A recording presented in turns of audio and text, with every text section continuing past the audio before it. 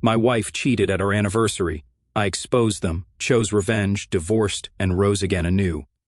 I've always been a straightforward guy who values hard work and loyalty. My parents taught me honesty and perseverance. My dad built his accounting practice from scratch, and my mom was a dedicated school teacher. Their commitments set a high standard for me. When I met Jillian, we connected instantly at a friend's barbecue, despite her recent breakup. Our conversations flowed easily, and over time, our friendship grew into love. 2 years later, we married, and I thought our life was perfect. Some days are tough, like when you oversleep, rush out the door, and everything spirals into chaos. Today started just like that, and it only got worse. Jillian and I had been together for nearly 5 years, having met at a barbecue hosted by friends. She was going through a tough breakup, and our friends thought I might help her move on. Initially hesitant, we eventually formed a genuine friendship. 6 months later, I asked her out, and 2 years after meeting, I proposed. I was thrilled when she said yes, believing our bond was unbreakable. Until tonight. "Greg," Jillian asked as I polished my shoes, "should I wear black or beige heels tonight?" "You look good in both," I replied, "but the black ones emphasize your calves more." Jillian loved dressing up but often struggled with fashion. I liked that she sought my advice. After a busy day dealing with a difficult audit at work, I was tired and frustrated. Jillian had been excited about her high school reunion all week, seemingly ignoring my fatigue. In the past, she would comfort me, but this week, she was focused solely on the reunion. Despite feeling neglected, I tried to be happy for her.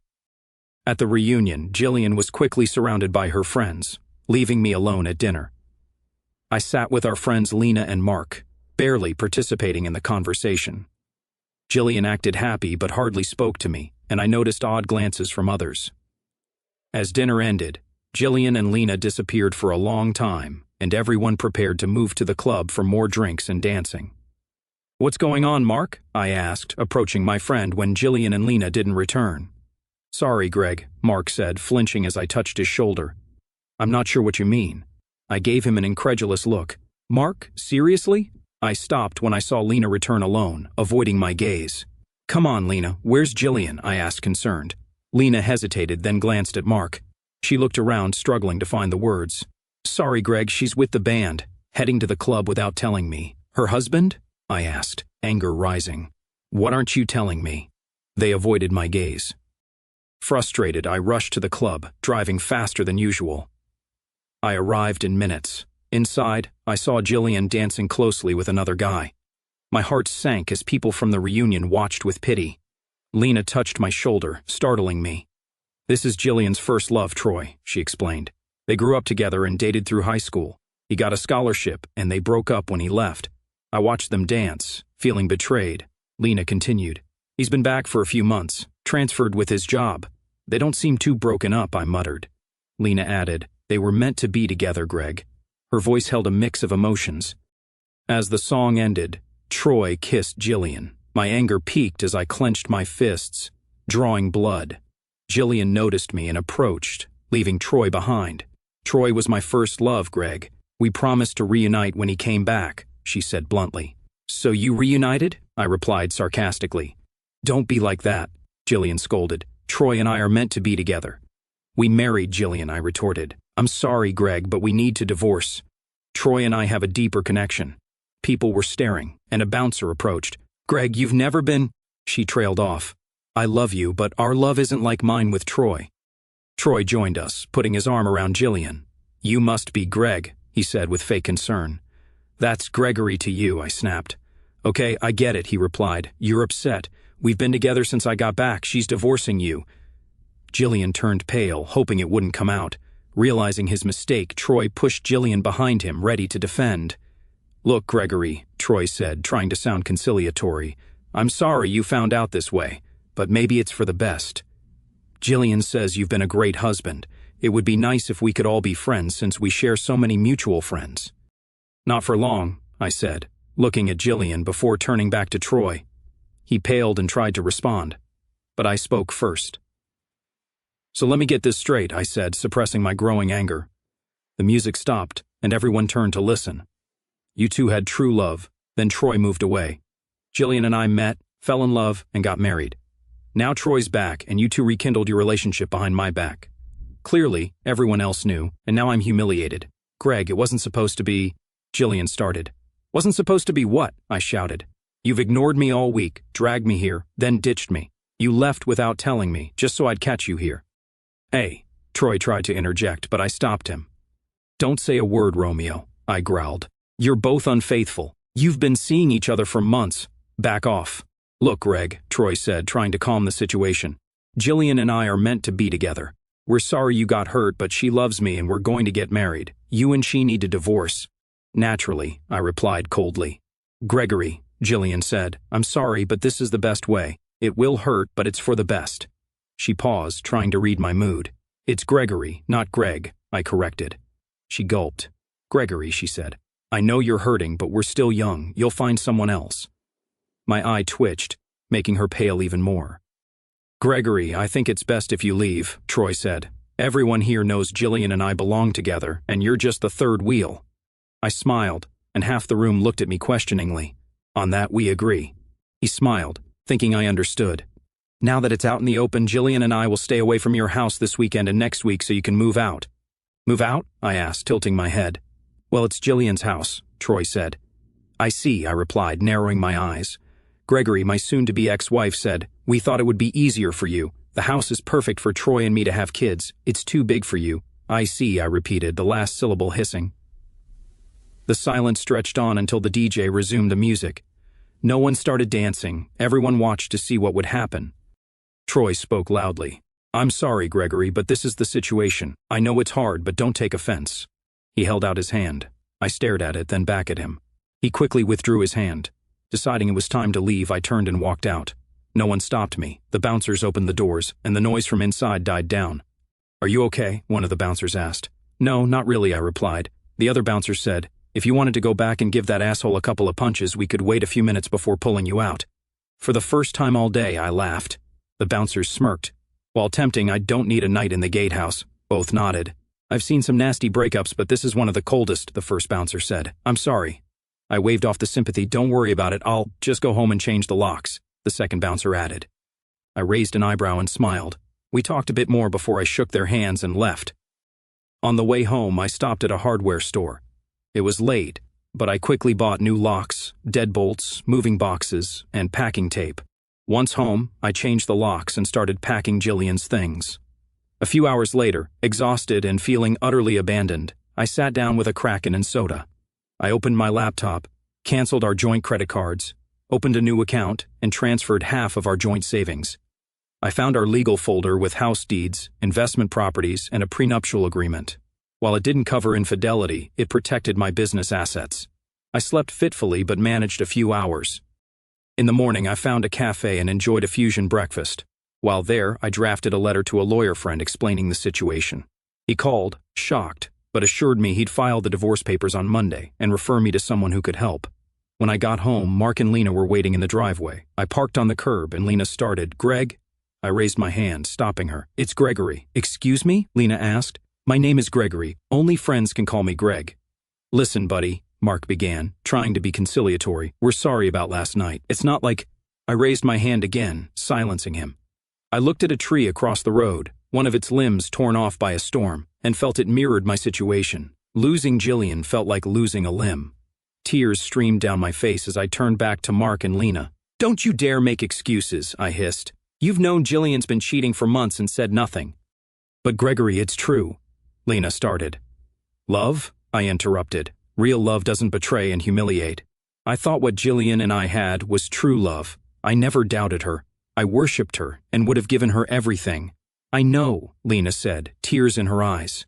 But Jillian and Troy... Stop, I shouted, my rage boiling over. My tears disappeared. Stop, I repeated quietly. I don't want to hear another word about Jillian and Troy. I just wasted the last 7 years of my life. Years of supporting Jillian through her struggles, encouraging her growth, enduring severe period pains, family planning, and talking about growing old together. I was only her plan B. Why does Troy get to come back and take everything I worked for? They looked at me like I didn't understand.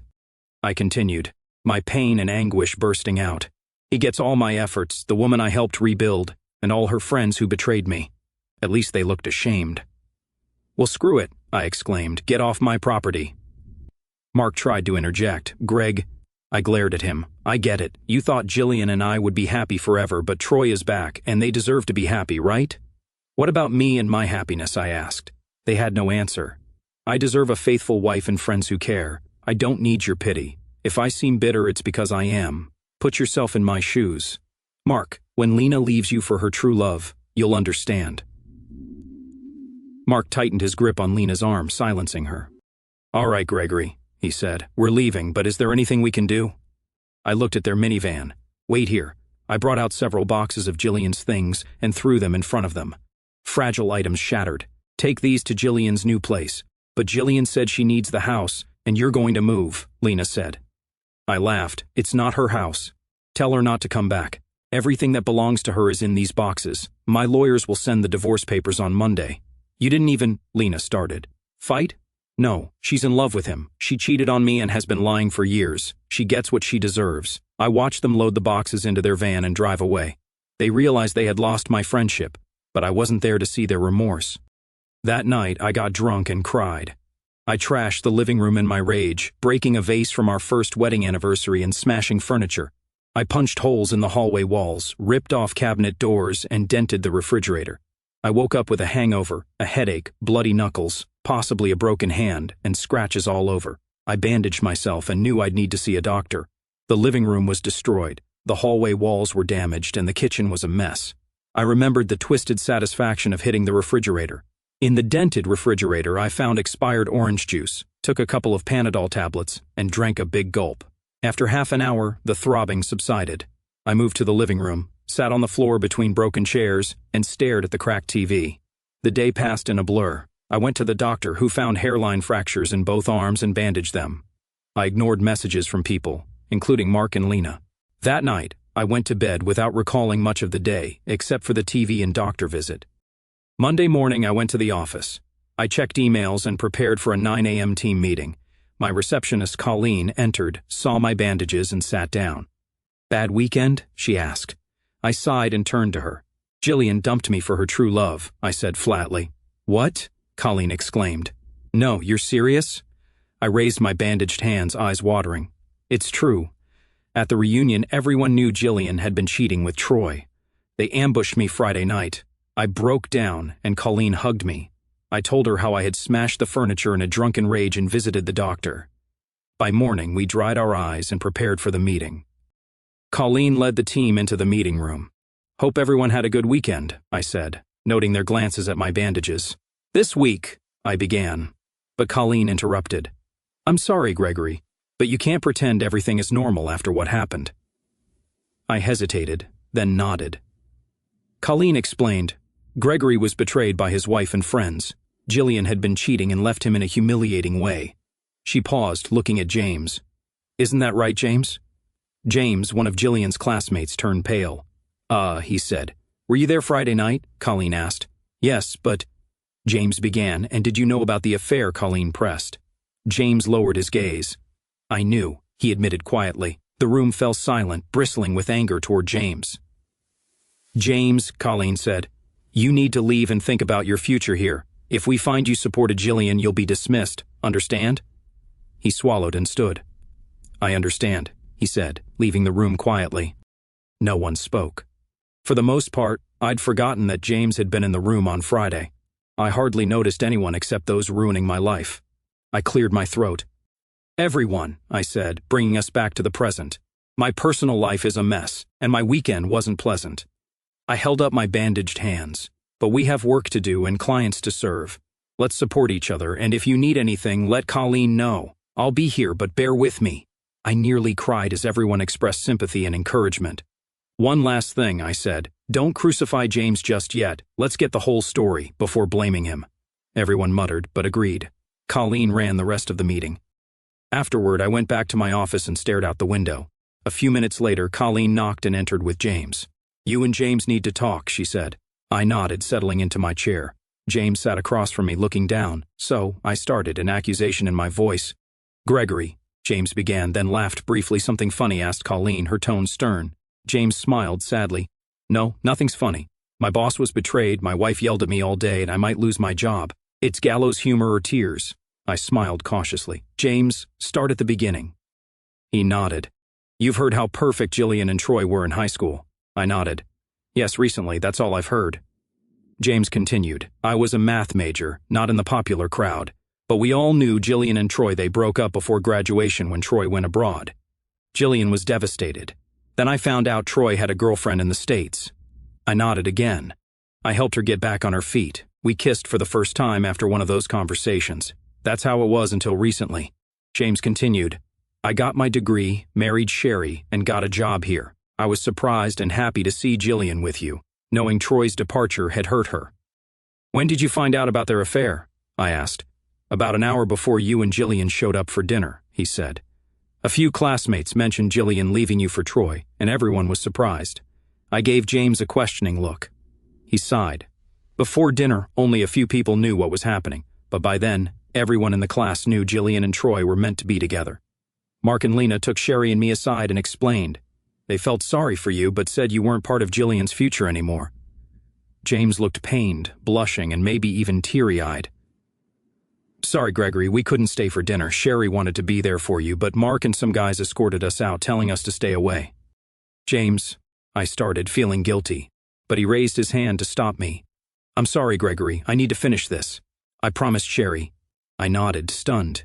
He continued. We were banished from the reunion because your wife was going to betray you. Sherry and I didn't know what to do, so we went to the club. We wanted to be there for you. What happened? I asked. I didn't see you there. We were there when you arrived, but a few guys kept us from getting to you until Jillian told you. When you left, we ran after you, but you were gone. We stood outside the club for half an hour, unsure what to do. Eventually, we went back inside. James paused, then continued.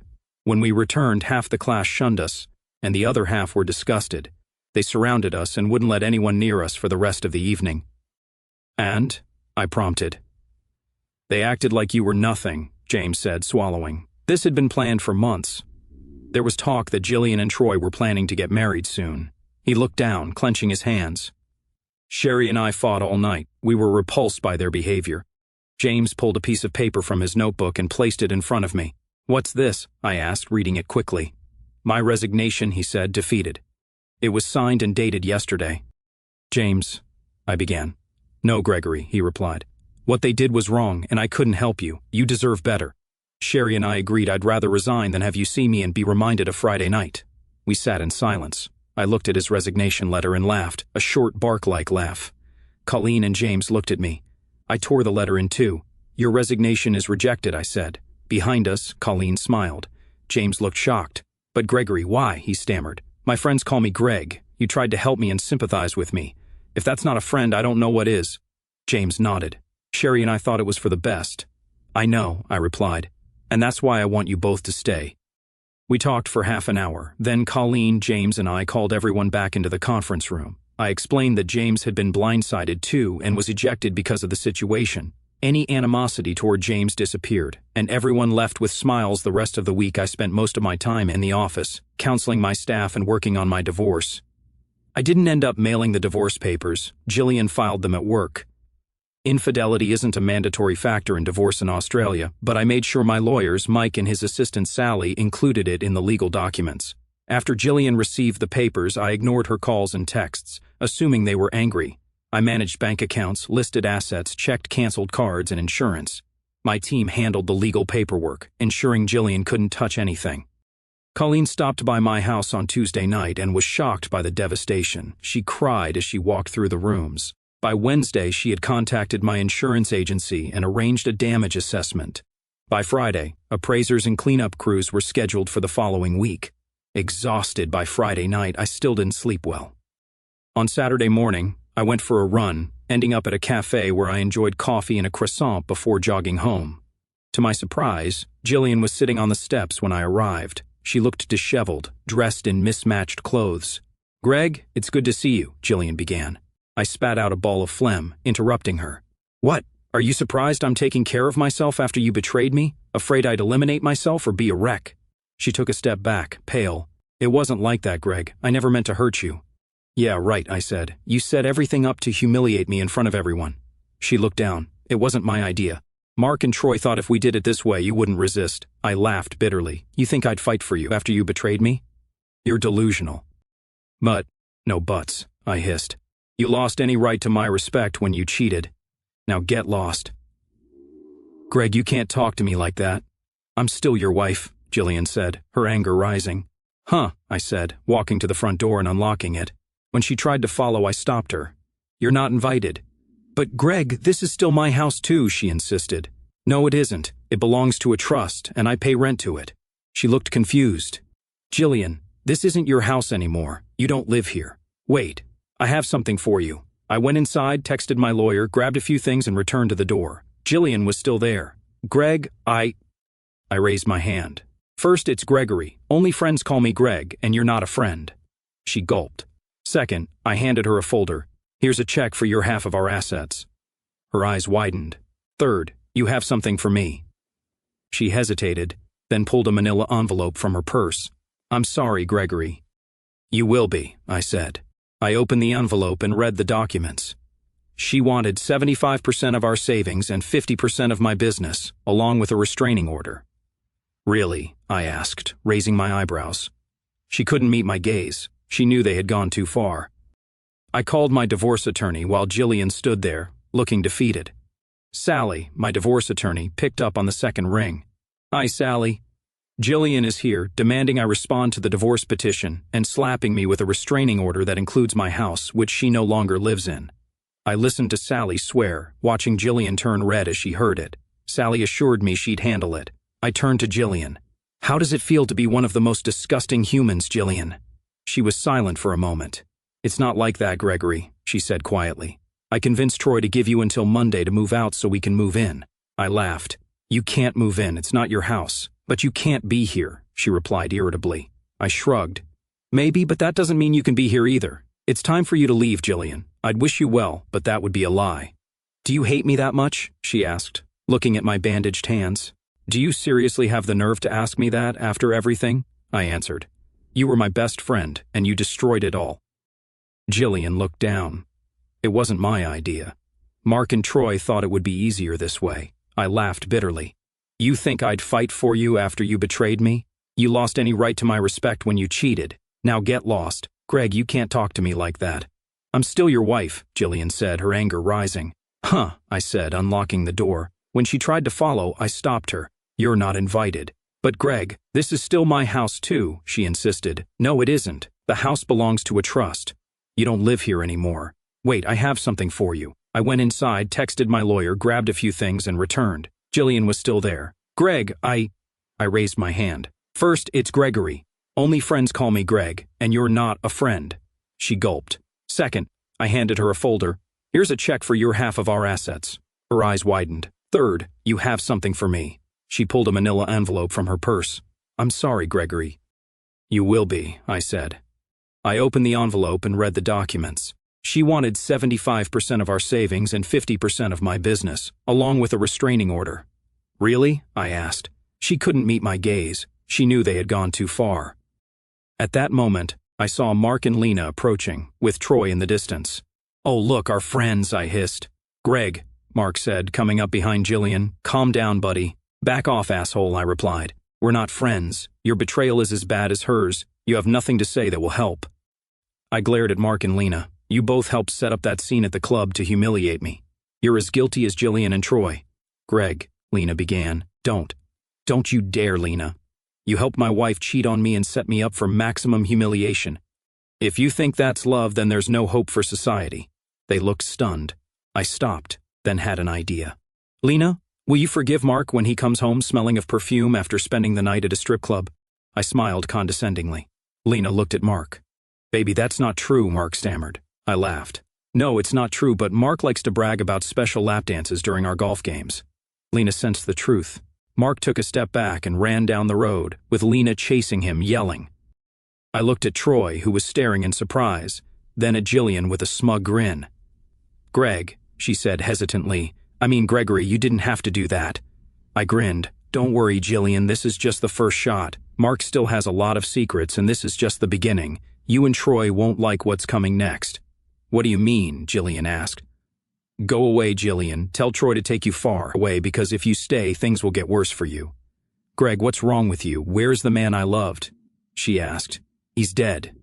You ripped my heart and soul out, and what's left is something dark. I stepped back and slammed the door, letting out a villainous chuckle. 10 minutes later, I looked outside and saw that Jillian and Troy in the truck were gone. I sat on the floor, shaking from the confrontation, and broke down again. I loved her but hated her, wanting her to feel regret. I knew she wouldn't come back, and even if she did, I couldn't accept her again. The next month was filled with lawyers, financial disclosures, and dividing assets. My staff rallied around me. Colleen helped me find a counselor, and I moved into an apartment. Colleen organized cleaning and repairs for the house. Despite wanting a clean break, Jillian fought over many things. First, she claimed $155,000 of our $220,000 in bank accounts. She also tried to claim our house and investment properties, but they were owned by a trust and unavailable to her. She fought with lawyers, likely paid by Troy, but failed. I smiled, knowing she lost any return on that investment. Next, she wanted furniture and jewelry. I had her belongings packed and delivered to her, including shoes, earrings, and necklaces.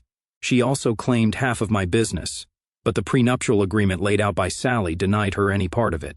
Jillian ended up with $10,000 likely spent on lawyers, while I kept my houses and business. Sally also got Jillian to give up her wedding and engagement rings. The restraining order was lifted since Jillian had no rights to the house. The locks had been changed, and a security company checked the house until I moved back in. We waited a couple of months for the divorce to finalize. James and Sherry asked everyone to back off, and Jillian and Troy moved into an apartment provided by his company. Troy expected a house, but he got nothing. In August, 2 weeks before the final divorce, during tax season, I was busy with work. One day I was surprised to see an entrepreneur friend waiting for me. "Gregory, come on, you have to help me," pleaded Mark, sitting at a table in our meeting room. Lena sat next to him, eyes downcast. Their relationship seemed strained, likely due to our last encounter. "Why?" I asked, enjoying their discomfort. James sat next to me. We had done taxes for Mark's import-export business for years. It was a tough job, ensuring everything was correct, but we were paid well. Mark could have gone to another firm, but it would have cost him more and taken years for them to understand his business. "Really, are you going to make me beg?" said Mark, his voice pleading. I laughed. James smiled. "Begging would be nice, but why are you here? You planned to humiliate me, made excuses, and didn't care about my feelings. Now you want my help?" No one spoke. "You know, you were right," Lena said quietly. I raised an eyebrow. "What do you mean?" Lena looked at Mark, then back at me, anger passing over her face before turning to sadness. Mark lowered his gaze. "You were right," she said sadly. "Not just about Mark's behavior, but everything. We were so caught up in Troy and Jillian's romance that we didn't think about you." I was about to reply, but Lena continued. "I saw the truth in Mark's eyes when you confronted us. We knew it was wrong, but lied to ourselves about true love. Some, like my husband, used it to cover their own cheating." I looked at the broken couple. Mark couldn't meet our eyes, and Lena was near a breakdown. "So, what now?" I asked. Lena grinned bitterly. "Now we face the consequences. We've hurt those we loved, and my marriage is on the brink. I don't know if it will survive." I looked at Mark, who remained silent. "I can't say I'm not pleased you're both suffering," I said softly. "But as managing partner, I've decided it's not in our best interest to continue handling your company." Mark's shoulders slumped. However, I continued, and Mark looked up with hope. "I can recommend 3 firms to take on your account. James has their credentials." James handed over a sheet of paper. "If you're interested, let James know, and we'll send your financial statements to them." "That's it?" asked Mark. "A recommendation? Are you really done with us?" "Yes," I replied, shrugging. "You ruined my marriage by supporting Jillian and Troy, using terms like true love. You laughed and joked about it. This is the consequence." With that, I left the room without saying goodbye. Later, James informed me they had chosen a firm and would complete the transfer once Mark and Lena signed the forms. Over the next month, 3 more clients, all Jillian's classmates who supported her infidelity, realized I wouldn't do business with them anymore. Despite losing 4 clients, I gained 6 others who didn't support what happened and wanted to help. By September, the divorce was final. I had moved back into the renovated house, and my hands had healed. The day I received the divorce paperwork, Jillian called and texted me saying, "Goodbye, Gregory. I'm sorry. I wasn't sure how to feel. The betrayal still hurt, but I knew if Jillian could leave me so easily, she wasn't the one for me." That weekend, Colleen and my team surprised me with a family barbecue at my place. Over 24 people came, including Colleen, James, and Sherry, ensuring I was never alone. At one point, while James manned the barbecue, Sherry sat with me. Watching kids play in my yard, I hurt knowing Jillian and I would never have the children we talked about. Sherry kissed my cheek and said, "Life will happen again, Greg. You'll have the support of friends, coworkers, and family. We're here for you." Sherry hugged me as I cried. James, Colleen, and others offered support throughout the day, and despite being a wreck, I felt comforted. The following week at work, I felt much better. The staff noticed my improved mood, and I even joked with them at the weekly meeting. I thanked everyone, especially James, Colleen, and Sherry, for their support. We gained 3 new clients, including 2 large corporations needing in-depth financial analysis. I decided to handle a forensic audit, diving back into work. In the evenings, I established a routine of cooking dinner and working out, determined to rise above the betrayal. 2 weeks after the barbecue, on a Thursday night, I was cooking dinner when the doorbell rang. I opened the door to a nervous but beautiful blonde woman. Before I could speak, she kissed me, pulling me down by my shirt. Her kiss was soft and minty, and I kissed her back, holding her close. After an indeterminate time, we parted, and I saw tears in her eyes. Before I could greet her, she slapped me, not hard, more of a gesture. I stood in shock. "I'm sorry, Gregory, that wasn't the best way to say hello," she said, her voice sultry yet firm. I tilted my head, wondering who she was. "Sure," I said, leaving the question unasked. The woman smiled. "Rebecca." "Rebecca," I repeated. We stood in silence for a moment. "So, Rebecca, what brings you here tonight?" "You," she said simply. "I guessed that from your greeting, but why did you come to see me?" I asked with a slight smile. "Because you need me here," she replied, smiling back. "True. So tell me why I need you." I enjoy kissing a beautiful woman, but the slap confused me. She looked amused. "Do you think I'm beautiful?"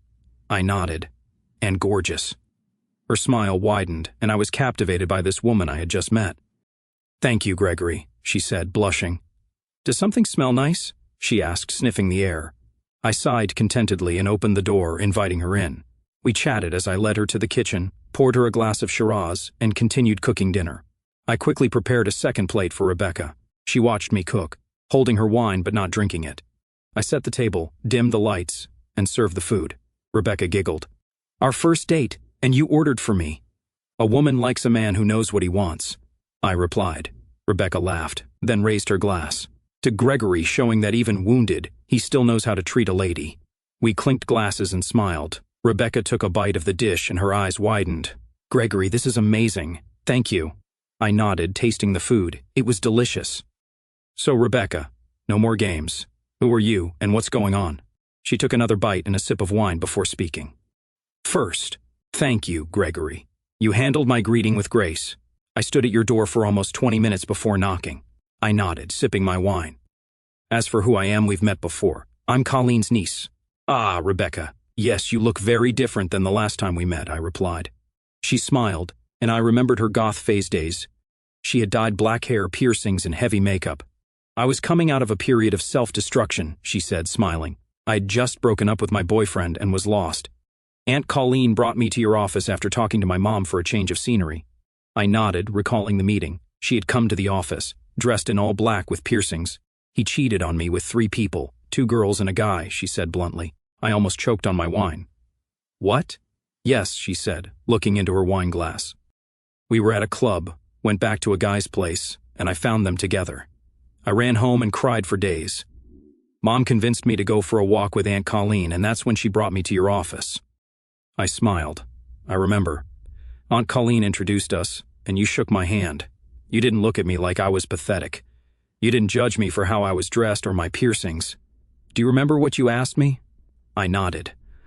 "I asked you what kind of coffee you wanted." Rebecca smiled. "Yes, mocha with a double shot of chocolate," we said at the same time, laughing. "You remember?" she asked. I nodded, taking another sip of wine. Her smile faded.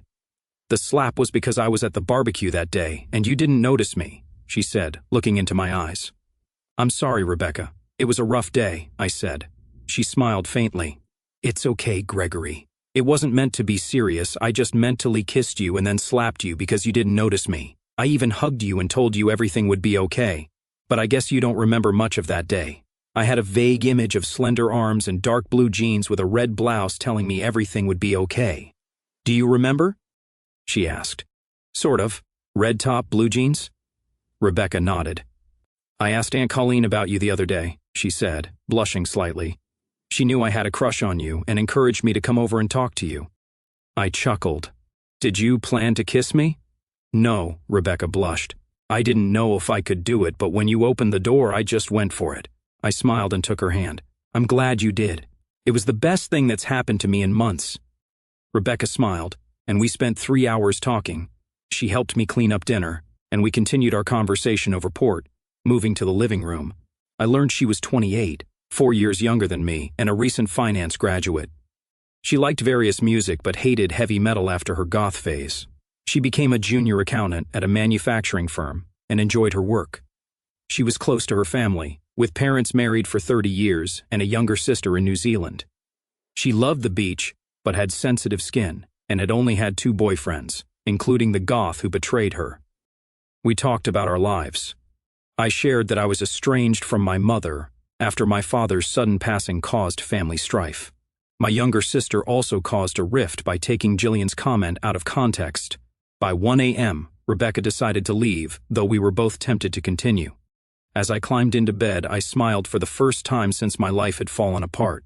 Rebecca's bold actions bypassed months of trying to overcome my defenses and showed me that someone could care about me romantically. The next morning, my smile was undeniable, and everyone noticed. By lunchtime, Colleen cornered me. Okay, spill it, Greg. Who is she? She asked, hopeful. Rebecca came over last night, I told her. Colleen's joyous shriek echoed through the office. She made me recount everything, laughing at the kiss and the slap. Greg, I'm so happy for you. Even if nothing comes of this, seeing you come out from under what Jillian and that asshole did is worth it. But I think there's something between you and Rebecca. We talked a bit more, and I told Colleen that Rebecca and I had been texting all day and were having dinner Friday night. She was thrilled, and her happiness spread to everyone else. Friday night came, and I picked up Rebecca. I asked her to dress up for our first official date. She looked stunning when she opened the door. Wow, I'm batting 1,000 so far, she laughed. Every time we meet, you can't even say hello. Hello, beautiful, I said. Better, Rebecca said, smiling. We walked hand in hand to my car, and when I opened the door, she stopped. Is this your car? She asked. Yeah, I said. Rebecca's jaw dropped. Yes, I'm a Mustang enthusiast, but not just any Mustang. I have a 1967 GT, classic gray with black racing stripes and a modified exhaust. I was surprised Jillian didn't try to get it in the divorce. She knew it was my pride and joy. I opened the passenger door for Rebecca, and she smiled as she settled in. When I started the car, she giggled as the V8 engine roared. We drove into town, chatting about our weeks and how Colleen had high hopes for us. We had dinner at an upscale Japanese restaurant, trying various dishes and a bit of sake, which we both agreed was fun for a date but not for regular consumption. After dinner, we went to the casino, made a few bets, and left with $600 more than we started with. There was a club in the casino, so we dressed up and went in. It was an upscale club with a diverse crowd. Throughout the evening, guys approached Rebecca to dance, but she politely declined each time. At one point, a guy stopped me and said, "You're a lucky guy. Your woman only has eyes for you." I asked her to dance, but she turned me down flat. He was a sturdy, good-looking guy, probably a personal trainer or football player. He patted my shoulder, smiled, and walked away. Saturday morning, I woke up smiling, remembering the night with Rebecca. We spent the weekend in bed, only getting up to bathe or get food. When it was time for work, I drove Rebecca back to her apartment in her Friday night dress. By the time I got to the office, I had 2 more pictures of my girlfriend. Rebecca stayed with me every night that week except Wednesday, when she had to work late. "Hey, Greg," James said one Tuesday after going out for coffee. "Do you have a few minutes?" He closed the door behind him. "Sure," I said, raising an eyebrow.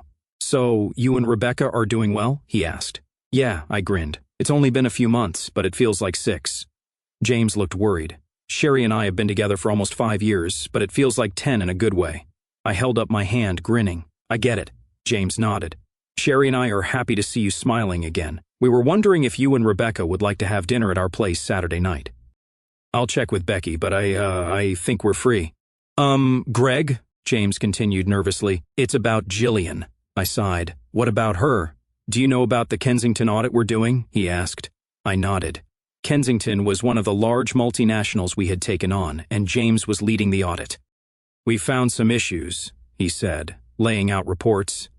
It seemed one of their middle managers had been embezzling money for years, using it for undesirable services, including courtesans, and supporting a mistress and child in the U.S. The man cleverly hid the thefts across different cost centers and projects, totaling just under $2 million. I was stunned by the implications. "So, let me get this straight," I said to James. "For over 4 years he's been using company money to pay for courtesans, and for the last 3 years he's been using it for child support for a woman and child overseas?" James nodded. "Exactly. Wow," I tried not to smile. "So much for true love." James snorted. A month later, we gave Kensington the initial report but withheld details until we completed file tracking. They were concerned about internal corruption and agreed to wait for a thorough investigation. We asked for another month, and they agreed. 2 weeks later, I came home on Friday to find Rebecca had set up a candlelight dinner. She poured me a Kraken and soda, and we enjoyed chicken boscaiola. I noticed a box between us but didn't mention it. After dinner, we moved to the living room with refilled drinks, dimmed lights, and soft music. "Greg, the last 6 months have been the best of my life," Rebecca said. "I know you were broken when we met, but so was I. Our relationship has been amazing because we give ourselves completely to each other. I love you, Gregory, and I need you to know that before you open the box." Rebecca handed me the box. It was small, like a box for headphones, with an envelope on top. I opened the envelope and read the letter inside. "Gregory, inside this box is the engagement ring you bought last week. I found it while cleaning, and you were in the shower. I hope you open the box, take out the ring, and ask me to marry you. I love you so much. Sincerely and forever, Rebecca Brown. P.S. Love you, love you, love you." I looked at Rebecca, who was filled with hope. "I love you too," I said as I opened the box to find the ring I had bought. It was a simple gold ring with a single diamond. Rebecca smiled. I never looked inside. I wanted to, but I didn't. I got down on one knee. "Rebecca Brown, you brought me back to life. Before you kissed me, I thought I'd never be happy again. You showed me how much you wanted to be mine, and I can't imagine a more perfect partner. I was planning to do this at your family barbecue, but I can't wait any longer. Rebecca Beth Brown, will you marry me?" Rebecca jumped up and shouted, "Yes!" She held out her hand, and I slipped the ring on her finger before we kissed. "Thank you, my fiancée," I told her. "You're going to have the most caring wife in the world, and wait until we have kids." A minute later, the doorbell rang. I groaned but answered it, finding Colleen, Rebecca's parents, James, and Sherry. "Congratulations," they all shouted. Rebecca wrapped her arms around me. "Sorry, babe. I wanted to celebrate our engagement, so I invited a few people over. Last surprise for the night, I promise," she said. We ushered everyone inside, and her parents brought 2 bottles of champagne. As they handed out glasses, I tried to feign offense but couldn't help but smile while Rebecca showed off her ring to the ladies. I got back slaps from my future father-in-law, and James. We spent the evening laughing at stories about Rebecca's childhood. When everyone left, Rebecca and I headed to bed, but not before taking a few more pictures of her engagement ring. Though, in those photos, it was the only thing she was wearing. A month later, 3 significant events happened within 48 hours. First, we delivered the completed forensic report to Kensington. They were not happy, and heads would roll, but they agreed to wait for a thorough investigation. Second, Rebecca visited my office with wedding ideas and legal documents. When I saw the prenup, I got upset. "Becca, this prenup leaves you with almost nothing," I said, frustrated. "It only leaves me with nothing if I cheat on you, which I will never do," she replied. "In all other cases, we split everything, and your business remains safe." "Becca, I know you're trying to protect me, but the protections I already have are enough." She held my hands. "This is my promise to you. I will only walk away with nothing if I cheat on you, trust me." I signed the document, trusting her completely. We discussed it several times, but in the end she was right, and it went to the file cabinet. The third event happened the next evening at home. Rebecca, who had moved in permanently, sent me to shower when I got home. I was just out of the shower when I heard screaming. Throwing on shorts, I rushed out to find my ex-wife Jillian, yelling at Rebecca. "So, I move out, and he moves in," Jillian shouted. Rebecca laughed. "You left the most loving man on this planet and broke his heart." "Yes, I agree with that. However, I am Gregory's personal strumpet. He gets my body freely for his exclusive use. Could you say the same when you were married to him?" Rebecca spat back. Jillian shouted, "You little strumpet!" and a slap echoed through the room. I hurried in, finding Jillian with a red mark on her cheek. "Rebecca," I said with a smile. "Meet Jillian, my ex-wife." Jillian, meet Rebecca, my fiancée. They stared at each other as I stepped between them. Do you find this amusing, Greg? Jillian asked. Actually, yeah, since you weren't invited, and started yelling before getting slapped. I find it funny. Maybe it's a little karma for how our life together ended. Rebecca grinned, but I held up my hand. That's enough, Becca. What do you want, Jillian? I sighed. Why did you have to ruin my life? She asked. What do you mean, Jillian? I haven't had anything to do with you for almost a year. You left me for true love and damn the consequences. Rebecca snorted behind me. You didn't have to destroy Troy, Jillian said mournfully. I laughed. You're going to have to be more specific, Jillian. It was your forensic audit of Kensington that got Troy arrested. You didn't have to do that, she said softly. What? I shouldn't report to the company that one of its employees defrauded them of over $2 million spent on courtesans and a woman and child in the U.S.? I asked rhetorically. Courtesans? Jillian said, turning white. A woman and a child? Clearly, whatever Jillian knew lacked substantial detail. I leaned forward. Yes, Jillian. Your true love has a woman and child in the States and stole company money to support them. It's all in the report. Want me to send it to you? She sank to the ground, her world collapsing. For the first time, I saw she was truly lost. Everything she believed about her life was crumbling. Rebecca and I watched as she slumped on the porch. He got arrested, you know, Jillian said, her anger gone, replaced by hollow grief. I didn't know Troy had been arrested, but I suspected authorities were on to him. We've been married less than 3 months, and he spent a month of that in the States, Jillian sobbed. I felt a twinge of sympathy. I'd been married to her for years and shared many physical moments, but she was also my tormentor, discarding me cruelly and heartlessly. What should I do? Jillian asked, looking at Rebecca. You have the nerve to ask him that after what you did, Rebecca said firmly, but without venom. He was mine long before he was yours, Jillian replied. Rebecca laughed, hugging me tightly. He was never truly yours, Jillian. You never let him into your heart completely. You must have kept part of yourself away to do what you did. That's not true, Jillian protested, looking at me. Rebecca laughed. If you gave yourself completely, why did you cheat on him as soon as your true love returned? Why did you humiliate him and try to take his house, investments, and business? Is that giving yourself completely? Jillian was silent, looking transparent and defeated. Rebecca, showing surprising compassion, sat next to her. Jillian, Rebecca said softly, you don't know my story. When I first met Greg, he was happily married to you. I realized how much he loved you from our brief conversation. Over time, I learned more and became jealous of you. Jillian looked surprised. When I heard what you did to him, I was furious, Rebecca continued. But then, at Greg's barbecue when your divorce was finalized, I saw how broken he was. Even Aunt Colleen had trouble getting through to him. He was in danger of sinking into depression. My heart broke for him. Both women looked at me. Rebecca with adoration, Jillian with sorrow. Throughout the evening, everyone tried to comfort him. He cried openly, showing his pain. I hugged him, though he doesn't remember, and he thanked me. I realized I could help him stop his slide into bitterness and maybe find love with him. We were silent for a moment. The next week, I came here and kissed him when he opened the door. Then I slapped him, Rebecca said, smirking. Jillian's eyes widened. From that moment, I belonged to him entirely, Rebecca continued. There will never be another man in my heart. Thinking about what you did makes me sick. You threw away a man who could have given you the world. For that, I thank you. My heart and soul belong to him now, and if you hadn't discarded him, I never would have had a chance. No one said anything. We were all lost in our thoughts. What am I supposed to do now? Jillian asked. Rebecca shrugged. Honestly, I don't care what you do, Jillian. You've let things slip out of your control, and I won't let you back into Greg's life. He's mine, and you don't want to see how crazy I'll get if you try to interfere. Rebecca walked over to me. I found my voice. Rebecca is right. She belongs to me, and I to her. We'll marry, have kids, and love each other until we die. I don't love you anymore, Jillian. I remember loving you, but after your betrayal and Rebecca's love, there's nothing left for you. Jillian looked utterly broken. To be honest, I don't like you. You've hurt me more than anyone ever has. But I'll give you some advice, divorce Troy. Leave him before everything falls apart. He'll go to jail for a long time. Where will I go? She asked. I shrugged. I don't care. Maybe Mark and Lena will take you in. They're getting a divorce, Jillian said sadly. Not surprising. A cheating spouse will do that. You need to figure this out yourself. I'm not your friend.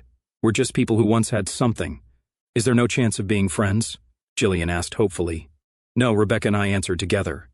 Jillian stood up, shaking her head sadly. Thank you for your honesty. I wish we could still be friends, but I see now it was all a dream. Take care of each other." She walked to her car, gave us a mournful look, and drove away. Over the next month, details of Troy's arrest emerged in the press. Our audit that uncovered the fraud was in the news, and by the end of the year, we nearly doubled our staff due to high demand.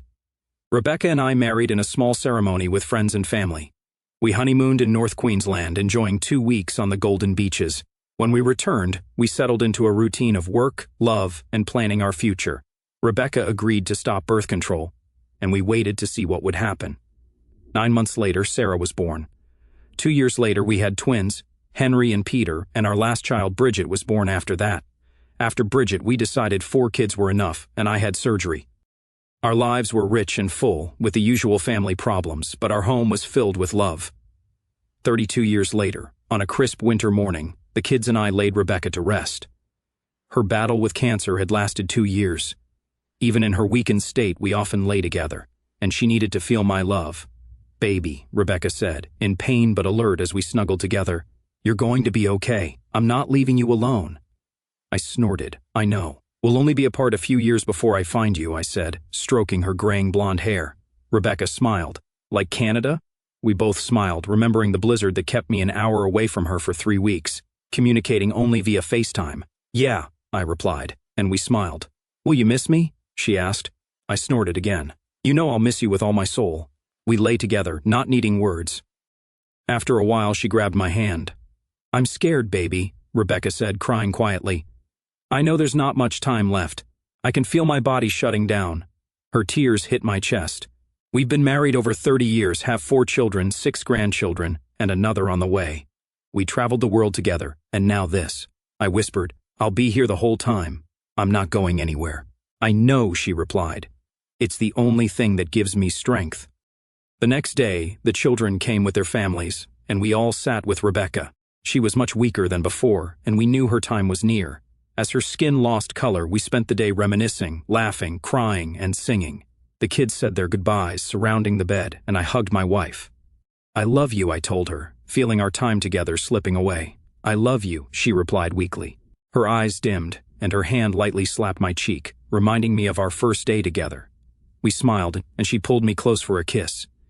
In that moment, all the years melted away. She looked young and vibrant again, without a trace of cancer. We snuggled, my tears soaking the sheets as she slipped away. I felt a part of myself was lost forever. My family surrounded me, and we cried openly. Rebecca, my true love and soulmate, was gone. I knew I'd never be the same without her, but I was also relieved she was no longer in pain. Even though she was gone, I had daily reminders of our life together. Our children were often by my side, and friends like James and Sherry were always around. As months passed, I found joy in my family and friends. If I felt lonely at night, I had countless pictures and videos of Rebecca to bring me comfort.